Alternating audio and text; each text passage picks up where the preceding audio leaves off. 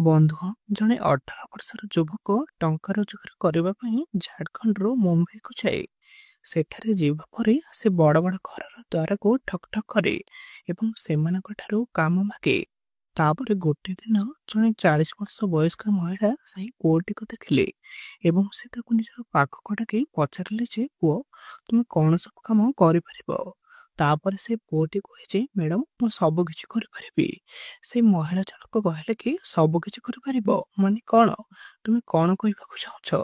ସେ ପୁଅଟି କୁହେ ଯେ, ମ୍ୟାଡ଼ାମ, ମୁଁ ସବୁ କିଛି କରିପାରିବି ମାନେ ତୁମେ ଯାହା ବି କହିବ ମୁଁ ସେହି କାମ କରିପାରିବି। ପ୍ରଥମ ସେଇ ମହିଳାଟି ଉପରୁ ତଳ ପର୍ଯ୍ୟନ୍ତ ପୁଅଟିକୁ ଦେଖିଲା। ତାପରେ ସେଇ ପୁଅଟିକୁ ନିଜ ଘରେ କାମ କରିବାକୁ ରଖିଥିଲା। ମୁମ୍ବାଇରେ ସେଇ ପୁଅଟି ଯେମିତି କାମ ଖୋଜୁଥିଲା ସେଠାରେ ତାକୁ ସେହି କାମ ମଧ୍ୟ ମିଳିଗଲା। କିନ୍ତୁ ଦିନେ ସେହି ମହିଳାଙ୍କର ଭୟଙ୍କର ରୂପ ସେହି ପୁଅଟିର ସାମ୍ନାକୁ ଆସିଲା ଏବଂ ତାଙ୍କୁ ଦେଖି ପୁଅଟି ପୁରା ରାତି 10ଟା ବେଳେ ବହୁତ ଭୟଭୀତ ହୋଇଯାଏ, ଯାହା ବିଷୟରେ ସେ କେବେ ବି ମଧ୍ୟ ଭାବିନଥିଲା। ବନ୍ଧୁମାନେ, ପ୍ରକୃତରେ ଏହା ଏକ ବହୁତ ରୋମାଣ୍ଟିକ କାହାଣୀ। ଆସନ୍ତୁ ଏହି ଭିଡ଼ିଓରେ ସମ୍ପୂର୍ଣ୍ଣ କାହାଣୀ ଜାଣିବା। ବନ୍ଧୁ, ଏହି କାହାଣୀଟି ଝାଡ଼ଖଣ୍ଡ ରାଞ୍ଚି ଜିଲ୍ଲାରୁ ଆରମ୍ଭ ହୁଏ। ଗୋଟିଏ ପୁଅ ଥିଲା ଯାହାର ନାମ ରୋହିତ ଏବଂ ତାଙ୍କର ବୟସ ପ୍ରାୟ 18 ବର୍ଷ ଥିଲା। ତାଙ୍କର ଦୁଇଟି ଛୋଟ ଭାଇ ଭଉଣୀ ଥିଲେ ଏବଂ ରୋହିତ ତାଙ୍କ ଘରର ସବୁଠାରୁ ବଡ଼ ଥିଲେ। କିନ୍ତୁ ତାଙ୍କର ବାପା ମା ବହୁତ ଗରିବ ଥିଲେ ଏବଂ ଯେତେବେଳେ ଘରର ଦାୟିତ୍ୱ ତାଙ୍କର କାନ୍ଧ ଉପରେ ପଡ଼ିବାକୁ ଲାଗେ, ସେ 10ମ ଶ୍ରେଣୀ ପର୍ଯ୍ୟନ୍ତ ହିଁ ପଢ଼େ। ତାପରେ ସେ କାମ କରିବାକୁ ବାହାରକୁ ଚାଲିଯାଏ। ସେ ପଢ଼ାପଢ଼ି କରେ ଏବଂ ତାପରେ ତାଙ୍କର ବନ୍ଧୁମାନଙ୍କ ସହିତ କାମ କରିବାକୁ ମଧ୍ୟ ମୁମ୍ବାଇକୁ ଚାଲିଯାଏ।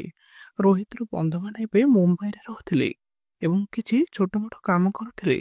କେତେକ ସଫା ତିଆରି କରୁଥିଲେ ଆଉ କେତେକ ସେଟ୍ କାମ କରୁଥିଲେ। ରୋହିତ ସେସବୁକୁ ପସନ୍ଦ କରୁନଥିଲେ। ଏହି କାମ ତାଙ୍କୁ ଆଦୌ ବି ପସନ୍ଦ ଆସିଲା ନାହିଁ। ରୋହିତ ମୁମ୍ବାଇରେ ରହୁଥିବା ସମୟରେ ସେ ତାଙ୍କର ବନ୍ଧୁମାନଙ୍କ ସହିତ କାମ କରନ୍ତି ଏବଂ ତାଙ୍କର ସ୍ୱାସ୍ଥ୍ୟ ମଧ୍ୟ ବହୁତ ଖରାପ ହୋଇଯାଏ। ତାପରେ ତାଙ୍କର ବନ୍ଧୁମାନେ ତାଙ୍କୁ କୁହନ୍ତି ଯେ, ମୁମ୍ବାଇର ପାଣି ତୁମକୁ ସୁହାଉ ନାହିଁ।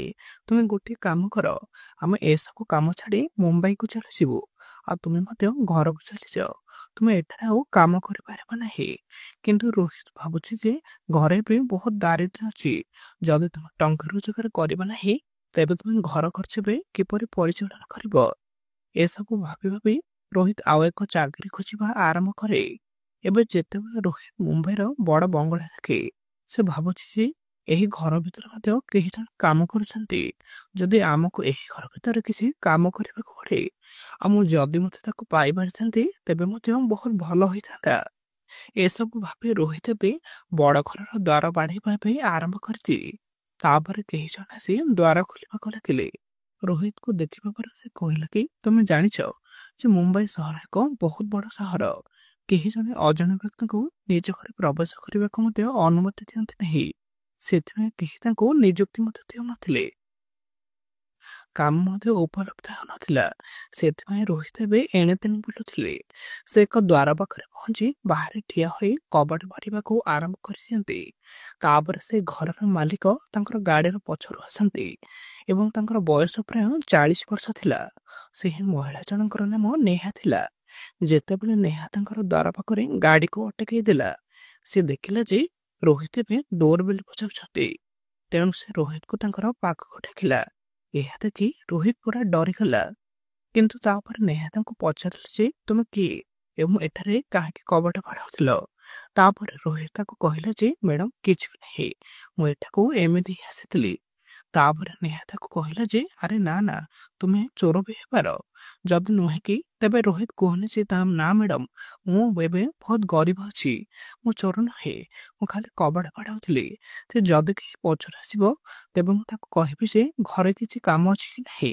ମୁଁ କାମ କରିବାକୁ ଏବେ ପ୍ରସ୍ତୁତ ଅଛି। ମୋତେ ମଧ୍ୟ ମୋର କାମ ଦରକାର। ତାପରେ ନେହା ତାକୁ କୁହେ ଯେ ଘରେ କେହି ବି ରୁହନ୍ତି ନାହିଁ, ମୁଁ ଏହି ଘରର ମାଲିକ ଅଟେ। ଏହି ଘର ମଧ୍ୟ ମୋର ହିଁ ଅଟେ। ଯଦି ତୁମକୁ କିଛି କାମ ଦରକାର ତେବେ ମୋତେ କୁହ, ମୁଁ ତୁମକୁ ଏକ କାମ ଦେବି। ରୋହିତ ତାଙ୍କୁ କହନ୍ତି ଯେ ମ୍ୟାଡ଼ାମ ମୁଁ ଯେକୌଣସି କାମ କରିପାରିବି, ତୁମେ ଯାହା କହିବ ମୁଁ ତାହା କରିପାରିବି।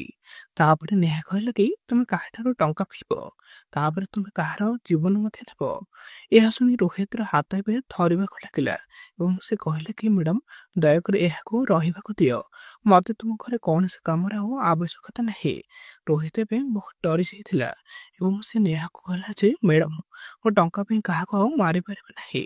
ଯଦି ତୁମେ କହୁଛ କି ତେବେ ମୁଁ ତୁମର ଘର କାମ କରିପାରିବି, କିନ୍ତୁ ମୋର ବାପା ମା ମୋତେ ଏସବୁ କାମକୁ ଶିଖାଇନାହାନ୍ତି, ମୁଁ ଏସବୁ କାମ କରିପାରିବି ନାହିଁ। ସେ ତାଙ୍କ ଆଗରେ ହାତ ଯୋଡ଼ି କୁହନ୍ତି ମ୍ୟାଡ଼ାମ ମୁଁ ଏଠାରୁ ଯାଉଛି, ମୁଁ କୌଣସି କାମ ଚାହୁଁନାହିଁ। ତାପରେ ନେହା ତାକୁ ଫୋନ କରିକି କହିଲା ଯେ ମୁଁ ତୁମର ଏବେ ପରୀକ୍ଷା ନେଉଥିଲି, ମୁଁ ଭାବୁଥିଲି ଯେ ହୁଏତ ତୁମେ ମଧ୍ୟ ସେହି ଲୋକମାନଙ୍କ ମଧ୍ୟରୁ ନୁହଁ ଯେଉଁମାନେ କି ଟଙ୍କା ପାଇଁ କିଛି ବି କରିପାରନ୍ତି। ତୁମ ଆଚରଣ ଯାହା ବି ହେଉନା କାହିଁକି ମୁଁ ତୁମକୁ କେବଳ ମୋର ପାଖରେ ହିଁ ରଖିବି। ନେହା ଜାଣେ ଯେ ଯଦି ତାକୁ ପସନ୍ଦ ନ ଆସେ ତେବେ ସେ ତାହା ମଧ୍ୟ ବହୁତ ଦକ୍ଷତାର ସହିତ କରିବି। ଏତିକି ତୁମକୁ ଘର କାମ କରିବା ପାଇଁ ହିଁ ନିଶ୍ଚୟ ପଡ଼ିବ। ରୋହିତ ଦ୍ୱାର ଦେଇ ତାଙ୍କର ବନ୍ଧୁମାନଙ୍କର ପାଖକୁ ଫେରିଯାଏ ଏବଂ ତାପରେ ସେ ତାଙ୍କର ବନ୍ଧୁମାନଙ୍କ ରୁମକୁ ଯାଇ ସେମାନଙ୍କୁ କହିଲେ ଯେ ଭାଇ ମୁଁ ଏକ ବହୁତ ଭଲ ଚାକିରିଟି ପାଇଛି, ମୁଁ କାଲିଠାରୁ ସେଠାରେ ରହିବି। ରୋହିତ ତାଙ୍କର ବନ୍ଧୁମାନଙ୍କ ରୁମରୁ ସମସ୍ତ ଜିନିଷପତ୍ର ଏକ ବ୍ୟାଗରେ ପ୍ୟାକ୍ କରେ ଏବଂ ପ୍ୟାକ୍ କରିବା ପରେ ପରଦିନ ସେ ନେହା ମ୍ୟାଡ଼ାମଙ୍କ ଘରେ ଯାଇକି ପହଞ୍ଚିଯାଏ। ଯେତେବେଳେ ରୋହିତ ନେହାର ଘରକୁ ଆସନ୍ତି ସେ ଦେଖନ୍ତି ଯେ ନେହାର ଘର ଏବେ ବହୁତ ବିଳାସପୂର୍ଣ୍ଣ ଅଛି ଏବଂ ସେ ଘର ଭିତରେ ଏକା ହିଁ ବସିଥିଲେ, ତାଙ୍କ ବ୍ୟତୀତ ଆଉ ଘରେ କେହି ବି ନଥିଲେ। ଯେତେବେଳେ ରୋହିତ ସମ୍ପୂର୍ଣ୍ଣ ଘରକୁ ଦେଖେ ସେତେବେଳେ ଘରଟି ଏପରି ଦେଖାଯାଏ ଯେପରି ଏହା ଅନେକ ମାସ ଧରି ସଫା ହୋଇନାହିଁ। ରୋହିତ ସକାଳରୁ ସନ୍ଧ୍ୟା ପର୍ଯ୍ୟନ୍ତ ଘର ସଫା ହିଁ କରେ ଏବଂ ସନ୍ଧ୍ୟା ହେଲେ ପୁଣି ଥରେ ଆରାମ କରିବ। ତାପରେ ନେହା ମ୍ୟାଡ଼ାମ କୁହନ୍ତି ଯେ କୌଣସି ଅସୁବିଧା ନାହିଁ, ତୁମେ ମୋ ସହିତ ଏବେ ରୋଷେଇ ଘରକୁ ଆସ, ମୁଁ ଖାଦ୍ୟ ରାନ୍ଧିବି ଏବଂ ତୁମେ ଏବେ ଦେଖୁଥାଅ, ମୁଁ ତୁମକୁ ଏବେ ସବୁ କିଛି ଶିଖାଇବି, ଘିଅ ବିଷୟରେ ମଧ୍ୟ କହିବି, ଆଉ ତୁମେ ମଧ୍ୟ ଘିଅକୁ ବହୁତ ପସନ୍ଦ କରିବ। ଶୀଘ୍ର ରୋହିତ ନେହା ସହିତ ରୋଷେଇ ଘରକୁ ଯାଏ ଏବଂ ଯେତେବେଳେ ନେହା ତାକୁ ପ୍ରତ୍ୟେକ କଥା ବୁଝାଇବା ଏବଂ କହିବା ଆରମ୍ଭ କରେ ରୋହିତ ଏହାକୁ ମଧ୍ୟ ବହୁତ ଉପଭୋଗ କରିବା ଆରମ୍ଭ କରିଦିଏ। ରୋହିତ ତୁରନ୍ତ ନେହା ସହିତ ଭଲ ଭାବରେ ମିଶି ଯାଇଥାଏ କାରଣ ସେ ସେଠାରେ କାମ କରିବା ପାଇଁ ଏକ ବିଳାସପୂର୍ଣ୍ଣ ଘର ପାଇଥିଲା। ତାଙ୍କୁ ସେଠାରେ ରହିବା ପାଇଁ ଅନୁମତି ଦିଆଯାଇଥିଲା, ତେଣୁ ତାଙ୍କର କୌଣସି ଜିନିଷର ଆଉ ଅଭାବ ହିଁ ନଥିଲା। ଏସବୁ ଭାବି ଭାବି ସେ ବହୁତ ଖୁସି ଅନୁଭବ କରୁଥିଲେ। ଏହି ପ୍ରକାରରେ ଯେତେବେଳେ ଖାଦ୍ୟ ରନ୍ଧା ହୁଏ ସେତେବେଳେ ଉଭୟ ଏକାଠି ବସି ଖାଦ୍ୟ ଖାଆନ୍ତି। ତାପରେ ରୋହିତ ଏବେ ନେହାକୁ ପଚାରିଲା ମ୍ୟାଡ଼ାମ ଏହି ଘରେ ତୁମ ବ୍ୟତୀତ ଆଉ କେହି ବି ରୁହନ୍ତି ନାହିଁ? ନେହା ତାକୁ କହେ ଯେ ନା ରୋହିତ, ମୁଁ ଏହି ଘରେ ଏକା ହିଁ ରୁହେ ଆଉ ମୋ ଘରେ ମଧ୍ୟ କେହି ବି ନାହାନ୍ତି। ତାପରେ ରୋହିତ ପଚାରନ୍ତି ଯେ ମ୍ୟାଡ଼ାମ କାହିଁକି? ତାପରେ ନେହା ମ୍ୟାଡ଼ାମ କୁହନ୍ତୁ ଯେ ଏହା ମୋର ଭାଗ୍ୟ ଅଟେ, ମୋର ଜୀବନରେ ଯିଏ ବି ଆସେ ମୋତେ ଛାଡ଼ିକି ହିଁ ଚାଲିଯାଏ, ଆଉ ଦେଖ ଗୋଟେ ଦିନ ତୁମେ ମଧ୍ୟ ମୋତେ ଛାଡ଼ିକି ଚାଲିଯିବ।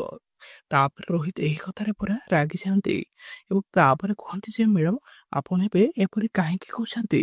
ତାପରେ ନେହା ତାଙ୍କୁ କୁହନ୍ତି ଯେ ଦେଖ ରୋହିତ, ମୋର ଏକ ରୋଗ ଅଛି ଏବଂ ସେହି ରୋଗ ସାଧାରଣତଃ ରାତିରେ ହିଁ ପୁନରାବୃତ୍ତି ହୁଏ। ମୁଁ ମଧ୍ୟ ବହୁତ କଷ୍ଟ ପାଏ, ସେଥିପାଇଁ ଲୋକମାନେ ଦୁଃଖ ଆଉ ସହିପାରନ୍ତି ନାହିଁ ଏବଂ ଏହା ଯୋଗୁଁ ମୋର ଘର ବାହାରି ଯାଆନ୍ତି। ଯେତେବେଳେ ବି ରୋହିତ ଏହା ଶୁଣେ ସେ ଗଭୀର ଚିନ୍ତାରେ ହିଁ ପଡ଼ିଯାଏ। ଏହି ରୋଗଟି କ'ଣ ଯାହା ଯୋଗୁଁ ପରିବାରର ସମସ୍ତ ସଦସ୍ୟ ତାଙ୍କୁ ଛାଡ଼ିକି ଚାଲିଯାଆନ୍ତି, କିନ୍ତୁ ସେ ଆଉ ଏହି ବିଷୟରେ କିଛି ବି କୁହନ୍ତି ନାହିଁ ଏବଂ ତାପରେ ଦୁହେଁ ସେଠାରେ ବସି ଖାଦ୍ୟ ଖାଆନ୍ତି। ଆଉ ଯେତେବେଳେ ରାତି ହୁଏ ନେହା ରୋହିତକୁ କହେ ତୁମେ ଗୋଟେ କାମ କର, ତୁମେ ମୋର ବିଛଣା ପାଖରେ ଏକ ଚାଦରକୁ ବିଛାଇ ଦିଅ, ତୁମେ ଏଠାରେ ମଧ୍ୟ ଶୋଇପାରିବ, ମୁଁ ଏହାକୁ ମଧ୍ୟ ବହୁତ ପସନ୍ଦ କରିବି। ତାପରେ ରୋହିତ କୁହେ କି ନା ମ୍ୟାଡ଼ାମ, ଯଦି ମୁଁ ତୁମର ରୁମରେ ଏପରି ଶୋଇଥାଏ ତେବେ ସମସ୍ତେ ଆମ ବିଷୟରେ କ'ଣ ଭାବିବେ? ତାପରେ ନେହା କୁହେ କି ଆମ ଘର ଭିତରେ ଆଉ କେହି ବି ରୁହନ୍ତି ନାହିଁ, ତେଣୁ ଆଉ କ'ଣ ଭାବିବେ? ଠିକ ଅଛି, ଯଦି ତୁମେ ମୋ ସହିତ ଶୋଇବାକୁ ପସନ୍ଦ କରୁନାହ ତେବେ ତୁମେ ପର ଘଟଣା ଯେ ଶୋଇପାରିବ। ଏହିପରି ଭାବରେ ନେହା ତାଙ୍କର ଶୟନ କକ୍ଷକୁ ଶୋଇବାକୁ ଚାଲିଯାଏ ଏବଂ ରୋହିତ ମଧ୍ୟ ତାଙ୍କର ଶୟନ କକ୍ଷକୁ ଶୋଇବାକୁ ଚାଲିଯାଏ। ସେ ତାଙ୍କର ଶୟନ କକ୍ଷ ପାଖରେ କୋଠରୀ ହିଁ ଶୋଇଥାଏ, କିନ୍ତୁ ସେହି ସମୟରେ ରୋହିତ ରାତିରେ ଆଉ ଶୋଇପାରୁନଥିଲା କାରଣ ସେ ବହୁତ ଖୁସି ଥିଲା ଯେ ସେ ଏତେ ବଡ଼ ଘରେ ଗୋଟେ ଚାକିରିଟି ପାଇଛି ଏବଂ କିଛି ମଧ୍ୟ କାମ ମଧ୍ୟ ପାଇଛି, କେବଳ ସଫା କରିବାକୁ ପଡ଼ିବ। ଏହି ଖୁସି ଯୋଗୁଁ ସେ ଆଉ ଶୋଇପାରୁନଥିଲା। ଯେତେବେଳେ ରାତି ଟିକେ ପଡ଼ିଯାଏ ନେହାର କୋଠରୀରୁ ଅଦ୍ଭୁତ ଭୟଙ୍କର ଶବ୍ଦ ଆସିବା ଆରମ୍ଭ ହୋଇଯାଏ। ତେଣୁ ସେଠାରେ ଥିବା ରୋହିତ ନେହାର କୋଠରୀ ଆଡ଼କୁ ଉଠିକି ଚାଲିଯାଏ। ମନେ ହେଉ କି ଧୀରେ ଧୀରେ ଶବ୍ଦ ଗୁଡ଼ିକ ଆହୁରି ଜୋରରେ ବଢ଼ିବାକୁ ଲାଗିଲା ଏବଂ ସେହି ଶବ୍ଦ ଗୁଡ଼ିକ ସାଧାରଣ ଶବ୍ଦ ନଥିଲା, ବରଂ ବହୁତ ଭୟଙ୍କର ଶବ୍ଦ ଥିଲା। ଏତେ କଥା ଶୁଣିବା ପରେ ରୋହିତ ମଧ୍ୟ ବହୁତ ଭୟଭୀତ ହୋଇଯାଏ, କିନ୍ତୁ ସେ ସାହସ ସଂଗ୍ରହ କରି ଦୃଢ଼ ଭାବରେ ଠିଆ ହୋଇଯାଏ। ଯେତେବେଳେ ସେ ତାଙ୍କର ବାଡ଼ି ସାହାଯ୍ୟରେ ନେହା ମ୍ୟାଡ଼ାମଙ୍କର ଦ୍ୱାର ଖୋଲିବାକୁ ଚେଷ୍ଟା କରେ, ତାଙ୍କର ଦ୍ୱାର ଆଉ ଖୋଲୁନଥାଏ। ଏହାପରେ ସେ ରାଗିଯାଇ ଗୋଟେ ଲାତରେ ହିଁ ଦ୍ୱାର ଖୋଲିଯାଏ। ଯେତେବେଳେ ରୋହିତ ରୁମ୍ ଭିତରକୁ ଯାଏ, ସେ ଦେଖେ ଯେ ନେହା ମ୍ୟାଡ଼ାମଙ୍କ ଶରୀରରୁ ସମସ୍ତ ପୋଷାକ ଏବେ କାଢ଼ି ଦିଆଯାଇଛି। ତାଙ୍କର କେଶ ଏବେ ବିଛାଡ଼ି ହୋଇଯାଇଛି, ତାଙ୍କର ପୋଷାକ ଏବେ ଚିରି ଦିଆଯାଇଛି। ତାଙ୍କର ସମଗ୍ର ଶରୀର ଏବେ ବହୁତ ଟାଇଟ୍ ହୋଇଯାଇଥିଲା ଏବଂ ଅଜବ ଶବ୍ଦ ମଧ୍ୟ ଘୋର ଘୋର ହେଉଥିଲା ଏବଂ ତାଙ୍କ ଶରୀରକୁ ବହୁତ ଟାଣ କରୁଥିଲା। ଏହା ଦେଖି ମୁଁ ବହୁତ ଡରି ଯାଉଥିଲି। ସେତେବେଳେ ନେହାର ଅବସ୍ଥା ଏପରି ଥିଲା ଯେ ଯଦି କେହି ତାକୁ ସେହି ଅବସ୍ଥାରେ ଦେଖିଥାନ୍ତେ ନା, ତେବେ ସେ ଦେଖିବା ମାତ୍ରେ ହିଁ ଭୟରେ ସେଠାରୁ ଦୌଡ଼ି ପଳାଇ ଯାଇଥାନ୍ତେ। କିନ୍ତୁ ରୋହିତ ଜାଣିଥିଲେ ଯେ ତାଙ୍କର ମ୍ୟାଡ଼ାମଙ୍କ ସହିତ ଏସବୁ କାହିଁକି ଘଟୁଛି। ସେଥିପାଇଁ ରୋହିତ ଏବେ ହନୁମାନଙ୍କ ପରି ସେଠାରେ ଦୃଢ଼ ଭାବରେ ଠିଆ ହୋଇଥିଲେ ଏବଂ ସେ ସେଠାରେ ଆଉ ହଲେନି ନାହିଁ। ସେ ଆଦୌ ଏବେ ଚେତାଶୀଳ ନଥିଲେ, ସେ ଅନ୍ୟ କିଛି ଦ୍ୱାରା ହିଁ ଆକ୍ରାନ୍ତ ଥିଲେ। ତାପରେ ନେହା କହେ କି ତୁମେ କିଏ ଏବଂ ଏଠାରେ କଣ କରୁଛ ଏବଂ ଏଠାରୁ ଶୀଘ୍ର ଚାଲିଯାଅ, ନଚେତ ମୁଁ ତୁମକୁ ଆଉ ଜୀବିତ ଛାଡ଼ିବି ନାହିଁ। ଯେତେବେଳେ ରୋହିତ ଏହା ଶୁଣିଲା, ସେ ତାକୁ କହିଲେ, ଆରେ ନା, କିଛି ବି ନୁହେଁ, ମୁଁ ମୋତେ ଦେଖିବି କି ତୁମେ କିଏ ଏବଂ ତୁମେ ମୋ ସହିତ କଣ କରିପାର। ଯଦି ତୁମ ଓଠରେ ଏତେ ଶକ୍ତି ଅଛି, ତେବେ ମୋତେ ସେହି ମୂର୍ଖକୁ ଦେଖାଅ। ଏବେ ରୋହିତ ସେଠାରେ ଦୃଢ଼ ଭାବରେ ଠିଆ ହୋଇଛି, ଯେପରି ହନୁମାନ ଏବଂ ସେ ଆଦୌ ବି ଭୟଭୀତ ନୁହନ୍ତି। ତାପରେ ନେହା ତାଙ୍କୁ କୁହନ୍ତି ଯେ ତୁମେ ମରିବାକୁ ଭୟ କରୁନାହ କି, ତେବେ ତୁମେ ଏଟାକୁ କଣ କରିବାକୁ ଆସିଛ। ତାପରେ ରୋହିତ କୁହନ୍ତି ଯେ ହଁ, ତୁମେ ସତ ହିଁ କହୁଛ, ମୁଁ ମରିବାକୁ ଭୟ କରେ ନାହିଁ ଆଉ ମୁଁ ଠିକ ସମୟରେ ହିଁ ଏଟାକୁ ଆସିଛି। ଏତିକି କହିବା ପରେ ରୋହିତ ନେହା ପାଖକୁ ଶୀଘ୍ର ଦୌଡ଼ିଯାଏ ଆଉ ତାକୁ ନିଜର ବାହୁରେ ଜୋରରେ ଧରି ଉଠାଇ ଦିଏ ଏବଂ ତାପରେ ହନୁମାନ ଚାଳିଶା ଏବଂ ଅନ୍ୟ କିଛି ମନ୍ତ୍ର ଇତ୍ୟାଦି ପାଠ କରିବା ଆରମ୍ଭ କରେ। ସେ ମଧ୍ୟ ପାଠ ପଢ଼ା ଆରମ୍ଭ କରେ। ଯେତେବେଳେ ରୋହିତ ମନ୍ତ୍ରର ଉଚ୍ଚାରଣ କରିବା ଆରମ୍ଭ କରିଛନ୍ତି, ନେହାର ଶରୀର ଆହୁରି ଭାଙ୍ଗିବାକୁ ଲାଗେ। ସେ ଆହୁରି ଜୋର ଜୋରରେ ଚିତ୍କାର କରିବାକୁ ଲାଗେ।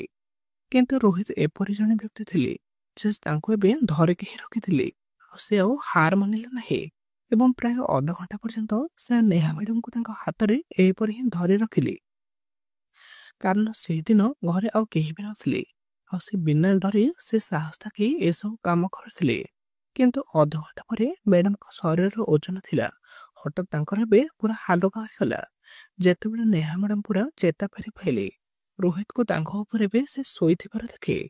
ସେ ତାଙ୍କୁ ଠେଲି ଦେଇ ଦୂରେଇ ଦିଏ ଏବଂ ତାପରେ ତାଙ୍କର ପୋଷାକ ସଜାଡ଼ିବାକୁ ଦିଏ। ଏବେ ରୋହିତ ସେଠାରୁ ଉଠି ତାଙ୍କର ପାଖରେ ଠିଆ ହୋଇଛି। ତାପରେ ନେହା ମ୍ୟାଡ଼ାମକୁ ପଚାରେ ଯେ ମ୍ୟାଡ଼ାମ, ତୁମେ ହଠାତ୍ କାହିଁକି ଚିତ୍କାର କରୁଥିଲ ଆଉ ତୁମେ ଏପରି କାହିଁକି କରୁଥିଲ। ଏହା ଶୁଣି ନେହା ମ୍ୟାଡ଼ାମ ବହୁତ ରାଗି ଯାଇଥିଲେ ଆଉ ସେ ପ୍ରବଳ ଭାବେ କାନ୍ଦିବାକୁ ଲାଗିଲେ ଏବଂ ରୋହିତକୁ କହିଲେ କି ଏହା ମୋର ଗୋଟେ ଗୁପ୍ତ ରୋଗ ଏବଂ ଏଥିପାଇଁ ମୋର ଜୀବନ ମଧ୍ୟ ବହୁତ ଅସ୍ଥିର ହୋଇଯାଇଛି। ମୁଁ ବୁଝିପାରୁନାହିଁ କି ମୋ ସହିତ କଣ ହେଉଛି। ମୋର ସ୍ୱାମୀ ମଧ୍ୟ ମୋତେ ଛାଡ଼ି ଚାଲି ଯାଇଥିଲେ। ଘରେ ମୋ ସହିତ ରହିବାକୁ ଆଉ କେହି ବି ପ୍ରସ୍ତୁତ ନାହାନ୍ତି। ତାପରେ ରୋହିତ ଏବେ ନେହା ମ୍ୟାଡ଼ାମକୁ କୁହନ୍ତି, ନା ମ୍ୟାଡ଼ାମ, ମୁଁ ତୁମ ସହିତ ଏସବୁ କଣ ଘଟୁଛି। ରାତିରେ ଏହା ଘଟିବା ମାତ୍ରେ ମୁଁ ତୁମ ସହିତ ଏହା କାହିଁକି ଘଟିବାକୁ ଆରମ୍ଭ କରେ, ମୁଁ ସବୁ କିଛି ଜାଣିଛି। ରୋହିତ ନେହା ମ୍ୟାଡ଼ାମକୁ କୁହନ୍ତି ଯେ ତୁମେ ଏକ ଦୁଷ୍ଟ ଆତ୍ମା ଦ୍ୱାରା ଆକ୍ରାନ୍ତ ହୋଇଯାଇଛ ଏବଂ ମୁଁ ଏହାକୁ କିପରି ସମାଧାନ କରିବି ତାହା ମଧ୍ୟ ଜାଣିଛି। ଏବେ ଏହା ଶୁଣିବା ପରେ ନେହା ମ୍ୟାଡ଼ାମ ବହୁତ ଆଶ୍ଚର୍ଯ୍ୟ ହୋଇଯାନ୍ତି, କାରଣ ଆଜି ପର୍ଯ୍ୟନ୍ତ କେହି ତାଙ୍କର ସାମ୍ନାରେ ଠିଆ ହୋଇନଥିଲେ। ଯେତେବେଳେ ତାଙ୍କର ଅସୁସ୍ଥତା ବାହାରକୁ ଆସୁଥିଲା, ସମସ୍ତେ ତାଙ୍କୁ ଛାଡ଼ି କୋଠାରୁ ବାହାରକୁ ଦୌଡ଼ୁଥିଲେ, କିନ୍ତୁ ରୋହିତ ସାହସର ସହିତ ତାଙ୍କର ସାମ୍ନାରେ ହିଁ ଠିଆ ହୋଇଥିଲେ। ଯେତେବେଳେ ସେ ଠିଆ ହୋଇଥିଲେ, ନେହା ମ୍ୟାଡ଼ାମ ଏବେ ତାଙ୍କ ଉପରେ ବିଶ୍ୱାସ କରିବାକୁ ଲାଗିଲେ, କାରଣ ସେ ହିଁ ଜଣେ ଯିଏକି ମୋତେ ଏପରି କାମରେ ମଧ୍ୟ ସାହାଯ୍ୟ କରିଥିଲେ। ତାପରେ ନେହା ମ୍ୟାଡ଼ାମ ରୋହିତକୁ କୁହନ୍ତି ଯେ ତୁମେ ମୋର ଏହି ରୋଗ ବିଷୟରେ କିପରି ଜାଣିଲ। ତାପରେ ରୋହିତ କୁହନ୍ତି ଯେ ମ୍ୟାଡ଼ାମ, ପିଲାଦିନର ହିଁ ମୁଁ ସବୁ କିଛି ଦେଖି ଆସୁଛି। ଏହା ଶୁଣି ନେହା ମ୍ୟାଡ଼ାମ ଟିକେ ଆଶ୍ଚର୍ଯ୍ୟ ହୋଇଗଲେ। ରୋହିତକୁ କହିଲେ କି ରୋହିତ, ତୁମେ ଏପରି କାହାକୁ ଦେଖିଛ। ତାପରେ ରୋହିତ ନେହା ମ୍ୟାଡ଼ାମକୁ କହିଲେ ଯେ ମ୍ୟାଡ଼ାମ, ମୋର ବାପା ଜଣେ ବଡ଼ ପ୍ରେମିକ ପ୍ରତିଦିନ ସକାଳ 10ରୁ 20 ଜଣ ଲୋକ ଏହିପରି ଆମର ଘରକୁ ଆସନ୍ତି ଏବଂ ମୋର ବାପା ସେମାନଙ୍କୁ ନିୟନ୍ତ୍ରଣ କରି ଘରକୁ ଫେରାଇ ଦିଅନ୍ତି। ଏହା ଶୁଣି ନେହା ମ୍ୟାଡ଼ାମ ଟିକେ ଆଶ୍ଚର୍ଯ୍ୟ ହୋଇଗଲେ। ଯେତେବେଳେ ମୁଁ ତୁମକୁ ଏସବୁ କହୁଛି, ମୁଁ ତାଙ୍କୁ ଏପରି କାମ କରିଥିବାର ଦେଖିଲି ଓ ସେତେବେଳେ ହିଁ ମୁଁ ବୁଝିପାରୁଥିଲି। ମୁଁ ଭାବୁଥିଲି ତୁମକୁ କୌଣସି ଦୁଷ୍ଟ ଆତ୍ମାର ଆକ୍ରାନ୍ତ ହିଁ ହୋଇଛି। ମ୍ୟାଡ଼ାମ, ମୁଁ ପିଲାଦିନରୁ ହିଁ ଏସବୁ ଦେଖି ଆସୁଛି, ସେଥିପାଇଁ ମୁଁ ତୁମକୁ ଆଉ ଭୟ କରୁନଥିଲି। ମ୍ୟାଡ଼ାମ, ତୁମେ ଟିକେ ଚିନ୍ତା କରନ୍ତୁ ନାହିଁ, ତୁମେ ଶୀଘ୍ର ଏବେ ସୁସ୍ଥ ହୋଇଯିବ ଆଉ ତୁମେ ଡରିବାର ମଧ୍ୟ କୌଣସି ଆବଶ୍ୟକତା ନାହିଁ। ଏହା ଶୁଣି ସେ ଆହୁରି କାନ୍ଦିବାକୁ ଲାଗିଲେ ଏବଂ ତାଙ୍କର ଖୁସିର ଆଉ ସୀମା ରହିଲା ନାହିଁ। ନେହା ମ୍ୟାଡ଼ାମ ରୋହିତକୁ ତାଙ୍କର ଛାତିରେ ଆଲିଙ୍ଗନ କରି ପ୍ରବଳ କାନ୍ଦିବାକୁ ଲାଗିଲେ। ସେହି ସମୟରେ ନେହାକୁ ମଧ୍ୟ ଏହା ମନେ ହିଁ ରଖିଛି। ସେ କହିନାହିଁ ଯେ ରୋହିତ ତାଙ୍କର ଚାକର ବୋଲି ଏବଂ ସେ ଏଠାକୁ ଏବେ କାମ କରିବାକୁ ଆସିଛି, କାରଣ ସେ ତାଙ୍କର ସ୍ୱାମୀଠାରୁ ମଧ୍ୟ ଅଧିକ ମୂଲ୍ୟବାନ ଥିଲେ। ତାପରେ ନେହା ମ୍ୟାଡ଼ାମ କୁହନ୍ତି ଯେ ରୋହିତ, ମୁଁ ତୁମର କଥା ଏବେ ବିଶ୍ୱାସ କରିପାରୁ ନାହିଁ। ତାପରେ ରୋହିତ କୁହନ୍ତି ଯେ ମ୍ୟାଡ଼ାମ, ତୁମେ ମୋର କଥାରେ ଟିକେ ବିଶ୍ୱାସ କର, ମୁଁ ତୁମକୁ ସବୁ କିଛି କହିବି, କିନ୍ତୁ ଏଥିପାଇଁ ତୁମକୁ ମୋ ସହିତ ମୋର ଗାଁକୁ ଆସି ମୋର ବାପାଙ୍କୁ ଭେଟିବାକୁ ହିଁ ପଡ଼ିବ। ଏବେ ନେହା କହୁଛନ୍ତି ଯେ ଠିକ ଅଛି, ତୁମେ ମୋତେ ଯେଉଁଠାକୁ ବି ନେଇଯାଅ, ମୁଁ ତୁମ ସହିତ ଯିବାକୁ ପ୍ରସ୍ତୁତ ଅଛି। ଯେମିତି ହେଲେ ବି ମୋର ଏହି ରୋଗ ଭଲ ହେବାକୁ ହିଁ ପଡ଼ିବ। କିନ୍ତୁ ରୋହିତ କହିଲେ କି ଯେ ପର୍ଯ୍ୟନ୍ତ ତୁମେ ଭଲ ନୁହଁ, ତୁମେ ମୋତେ ଛାଡ଼ି ଆଉ ଯାଇପାରିବ ନାହିଁ। ମୁଁ ତୁମ ସହିତ ସାରା ଜୀବନ ଏବେ ରହିବାକୁ ଚାହୁଁଛି। ଏହିପରି କଥାବାର୍ତ୍ତା ହେଉଥିବା ବେଳେ ରାତି ବିତିଯାଏ। ତାପରେ ନେହା ମ୍ୟାଡ଼ାମ ରୋହିତକୁ କୁହନ୍ତି ଯେ ରୋହିତ, ତୁମେ ଗୋଟେ କାମ କର, ମୋର ପାଖରେ ଗୋଟେ ଖଟକୁ ବିଛାଇ ଶୋଇପଡ଼। ଯଦି ତୁମେ ମୋ ପାଖରେ ରହିବ ତେବେ ମୁଁ ଆଉ ଡରିବି ନାହିଁ। କିନ୍ତୁ ସେ ମନା କଲେ ନାହିଁ ଏବଂ ତାଙ୍କର ପାଖରେ ଏକ ଖଟ ବିଛାଇ ଦୁହେଁ ପରସ୍ପର ପାଖରେ ଶୋଇ ପଡ଼ିଥିଲେ। ଏହିପରି ଭାବରେ ମଧ୍ୟାହ୍ନ ପର୍ଯ୍ୟନ୍ତ ସମୟ ବିତିଯାଏ ଏବଂ ଯେତେବେଳେ ନବରାତ୍ରି ମାସ ଆରମ୍ଭ ହୋଇଯାଏ, ତାପରେ ରୋହିତ ନେହା ମ୍ୟାଡ଼ାମକୁ ମୁମ୍ବାଇରୁ ଝାଡ଼ଖଣ୍ଡ ଅର୍ଥାତ୍ ତାଙ୍କର ଗାଁକୁ ନେଇଯାଆନ୍ତି। ତାଙ୍କର ବାପାଙ୍କ ମ୍ୟାଡ଼ାମଙ୍କ ବିଷୟରେ ସବୁ କିଛି କୁହେ, ତାଙ୍କ ସହିତ ଏବେ କଣ ସମସ୍ୟା ହେଉଛି।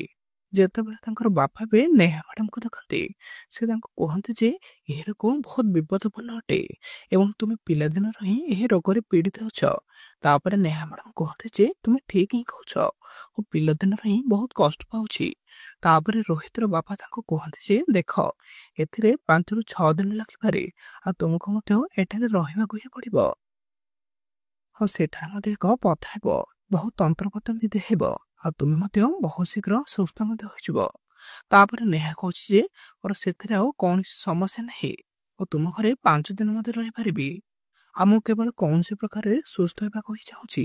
ଯଦି ମୁଁ ସୁସ୍ଥ ହୋଇଯାଏ, ତେବେ ପ୍ରକୃତରେ ମୋର ଜୀବନର ସବୁଠାରୁ ବଡ଼ ଉଦ୍ଦେଶ୍ୟକୁ ପୂରଣ ହୋଇଯିବ। ବର୍ତ୍ତମାନ ଏହି ଉପାୟରେ ରୋହିତର ବାପା ବିହାର ଜଣେ ବହୁତ ବଡ଼ ସନ୍ଥ ଥିଲେ ଆଉ ସେଠାରେ ମଧ୍ୟ ବହୁତ ପ୍ରସିଦ୍ଧ ଥିଲେ ଏବଂ ସେ ବହୁତ ଲୋକଙ୍କୁ ମଧ୍ୟ ସୁସ୍ଥ ମଧ୍ୟ କରିଥିଲେ। ତେଣୁ ବନ୍ଧୁମାନେ, ଏହି ଉପାୟରେ ନେହା ମ୍ୟାଡ଼ାମ ତାଙ୍କର ଘରେ ଏବେ 6 ଦିନ ପାଇଁ ରୁହନ୍ତି ଏବଂ ନବରାତ୍ରି ସମୟରେ ପୂଜା ମଧ୍ୟ ହୁଏ। ନେହା ମ୍ୟାଡ଼ାମଙ୍କ ଉପରେ ତାଙ୍କର ପିଲାଦିନରୁ ହିଁ ଯେଉଁ ବି ଚାହିଁଥିଲା, ରୋହିତର ବାପା ତାଙ୍କ ଶରୀରକୁ ଏବେ ବାହାର କରିଥାନ୍ତି। ଯେତେବେଳେ ନେହା ମ୍ୟାଡ଼ାମ ତାଙ୍କ ପ୍ରକୃତ ରୂପରେ ଫେରି ଆସନ୍ତି, ସେତେବେଳେ ସେ ଏହା ଦେଖି ପୁରା ଆଶ୍ଚର୍ଯ୍ୟ ହୋଇଯାନ୍ତି, କାରଣ ସେ ନିଜକୁ ବିଶ୍ୱାସ କରିପାରୁନଥିଲେ। ସେ ପ୍ରବଳ ଏବେ କାନ୍ଦିବାକୁ ଲାଗିଲା, କାରଣ ପିଲାଦିନରୁ ସେ ଛାଇଦାକୁ ବହୁତ ଘୃଣା କରି ଆସୁଥିଲା ଆଉ ଏହା ତାକୁ ମଧ୍ୟ ବହୁତ ପ୍ରାଧାନ୍ୟ ଦେଉଥିଲା। ସେ ସେହି ମ୍ୟାଡ଼ାମ ସହିତ ଯାହା ବି ଚାହୁଁଥିଲା ତାହା ହିଁ କରୁଥିଲା। କିନ୍ତୁ ଯେତେବେଳେ ସେହି ଛାଇ ନେହା ମ୍ୟାଡ଼ାମଙ୍କ ଶରୀରରେ ପ୍ରବେଶ କରୁଥିଲା, ସେତେବେଳେ ସେ ରୋହିତଙ୍କ ବାବାଙ୍କୁ ଏବେ ଛାଡ଼ିକି ଚାଲି ଯାଉଥିଲା। ନେହା ମ୍ୟାଡ଼ାମଙ୍କ ଶରୀରରେ ବହୁତ ହାଲୁକା ଅନୁଭବ କରୁଛନ୍ତି ଏବଂ ଏହିପରି ଭାବରେ ନେହା ମ୍ୟାଡ଼ାମ ରୋହିତର ବାପାଙ୍କୁ ବହୁତ ଧନ୍ୟବାଦ ଦିଅନ୍ତି ଏବଂ ତାଙ୍କୁ କିଛି ପରିମାଣରେ ପୁରସ୍କାର ମଧ୍ୟ ଦିଅନ୍ତି। ଏହା ଦେଖି ରୋହିତ ଏବଂ ତାଙ୍କର ବାବା ମଧ୍ୟ ବହୁତ ଖୁସି ହୋଇଥାନ୍ତି। ସେ ସେମାନଙ୍କର ଭଙ୍ଗା ଘରକୁ ମରାମତି କରନ୍ତି। ସେ ମଧ୍ୟ ଏହାକୁ ଗୋଟେ ଛାତ ଘରଟେ ତିଆରି କରନ୍ତି। ନେହା ମ୍ୟାଡ଼ାମ ରୋହିତର ବାବାଙ୍କୁ ପୁରା ବଦଳାଇ ଦିଅନ୍ତି। ସାରା ଜୀବନ ହଠାତ୍ ସେ ତାଙ୍କର ଜୀବନକୁ ମଧ୍ୟ ଭଲ କରିଯାଆନ୍ତି। ଏବେ ଏହିପରି ଭାବରେ ରୋହିତ ପୁଣି ଥରେ ତାଙ୍କର ମ୍ୟାଡ଼ାମଙ୍କ ସହ ମୁମ୍ବାଇକୁ ଚାଲିଯାଆନ୍ତି ଏବଂ ତାଙ୍କ ଘରେ ତାଙ୍କ ସହିତ ଖୁସିରେ ରହିବା ଆରମ୍ଭ କରିଦିଅନ୍ତି। ଏବେ ସମୟ ଧୀରେ ଧୀରେ ବିତିବା ସହିତ ନେହା ମ୍ୟାଡ଼ାମ ରୋହିତଙ୍କ ପ୍ରେମରେ ଏବେ ପଡ଼ିଯାନ୍ତି। ଏହିପରି ଭାବରେ ଯେତେବେଳେ ନେହା ମ୍ୟାଡ଼ାମ ସମ୍ପୂର୍ଣ୍ଣ ସୁସ୍ଥ ହୋଇଯାନ୍ତି, ତାପରେ ତାଙ୍କର ସୁସ୍ଥ ହେବାର 3 ବର୍ଷ ପରେ ନେହା ମ୍ୟାଡ଼ାମ ରୋହିତକୁ ବିବାହ କରନ୍ତି ଆଉ ତାଙ୍କ ଘରର ମଧ୍ୟ ଜ୍ୱାଇଁ କରନ୍ତି ଏବଂ ତାଙ୍କ ସହିତ ଖୁସିରେ ଜୀବନ ବିତେଇବା ମଧ୍ୟ ଆରମ୍ଭ କରନ୍ତି।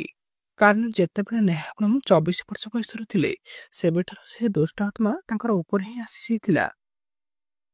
କାରଣ ତାଙ୍କ ଘରେ ସାହାଯ୍ୟ କରିବାକୁ ଆଉ କେହି ବି ନଥିଲେ। ଆଉ ତାଙ୍କ ଘରେ ଯେହି ବି ରହୁଥିଲେ ତାଙ୍କର ଏହି ରୂପ ଦେଖି ସମସ୍ତେ ଦୌଡ଼ି ପଳାଉଥିଲେ। ନେହା ମ୍ୟାଡ଼ାମଙ୍କର ବାପା ଏବଂ ମା ତାଙ୍କୁ ଅନେକ ସ୍ଥାନରେ ମଧ୍ୟ ଚିକିତ୍ସା କରାଇଥିଲେ, କିନ୍ତୁ ସେ ଆଉ ସୁସ୍ଥ ହୋଇନଥିଲେ। ତେଣୁ ନେହା ମ୍ୟାଡ଼ାମଙ୍କର ବାପା ମା ବି ଭାବିଥିଲେ ଯେ ଆମର ଏକ ହାତର ଝିଅକୁ ଏବେ ବିବାହ କରିବା ଉଚିତ ଏବଂ ଆମେ ତାକୁ ଜଣେ ଉପଯୁକ୍ତ ପୁଅ ସହିତ ବିବାହ ଦେବା ଉଚିତ, ଯିଏକି ତାର ଯତ୍ନ ନେଇପାରିବ। ତେଣୁ ନେହା ମ୍ୟାଡ଼ାମଙ୍କର ବିବାହ ଏକ ପୁଅ ସହିତ ହୋଇଥିଲା ଏବଂ ସେ ପୁଅଟି ବି ନେହା ମ୍ୟାଡ଼ାମଙ୍କର ଘରର ହିଁ ଥିଲା। ସେ ତାଙ୍କର ସ୍ତ୍ରୀ ଏକ ସହିତ ଭାବରେ ରହୁଥିଲା। କିଛି ଦିନ ପରେ ତାଙ୍କର ବାବା ମା ବି ମଧ୍ୟ ମୃତ୍ୟୁବରଣ କରିଥିଲେ। ସେବେଠାରୁ ସେହି ଗାଁରେ ଏବେ ଏକା ହିଁ ରହିଗଲେ। ତାପରେ ନେହା ମ୍ୟାଡ଼ାମ ରୋହିତକୁ ଏବେ ଭେଟି ନେଲେ ଏବଂ ଏହିପରି ଭାବରେ ରୋହିତ ନେହା ମ୍ୟାଡ଼ାମକୁ ସମ୍ପୂର୍ଣ୍ଣ ସୁସ୍ଥ କରିଦିଅନ୍ତି ଏବଂ ତାପରେ ତାଙ୍କୁ ମଧ୍ୟ ବିବାହ କରନ୍ତି। ତାଙ୍କ ଘରେ ଜ୍ୱାଇଁ ଭାବରେ ଖୁସିରେ ରହିବା ମଧ୍ୟ ଆରମ୍ଭ କରିଦିଅନ୍ତି। ବନ୍ଧୁଗଣ, ଯଦି ଦେଖିବାକୁ ଗଲେ ରୋହିତର ଭାଗ୍ୟ ମଧ୍ୟ ବହୁତ ଭଲ ହେଇଥିଲା ଯେ ସେ କୋଟି କୋଟି ଟଙ୍କାର ସବୁ କିଛି ଏବେ ପ୍ରସ୍ତୁତ ଜିନିଷ ମଧ୍ୟ ପାଇଲା। ତାଙ୍କ ପାଖରେ ଏବେ ଧନ ଅଛି, ପତ୍ନୀ ଅଛି, ସବୁ କିଛି ଠିକ ଅଛି। ତାଙ୍କର ଜୀବନରେ କୌଣସି ଜିନିଷର ଆଉ ଅଭାବ ନାହିଁ। ବନ୍ଧୁଗଣ, ଆଶା କରୁଛି ମୋର ଏ କାହାଣୀଟି ଆପଣମାନଙ୍କୁ ନିଶ୍ଚୟ ପସନ୍ଦ ଆସିଥିବ।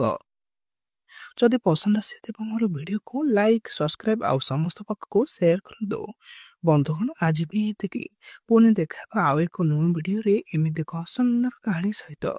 ବର୍ତ୍ତମାନ ରହୁଛି।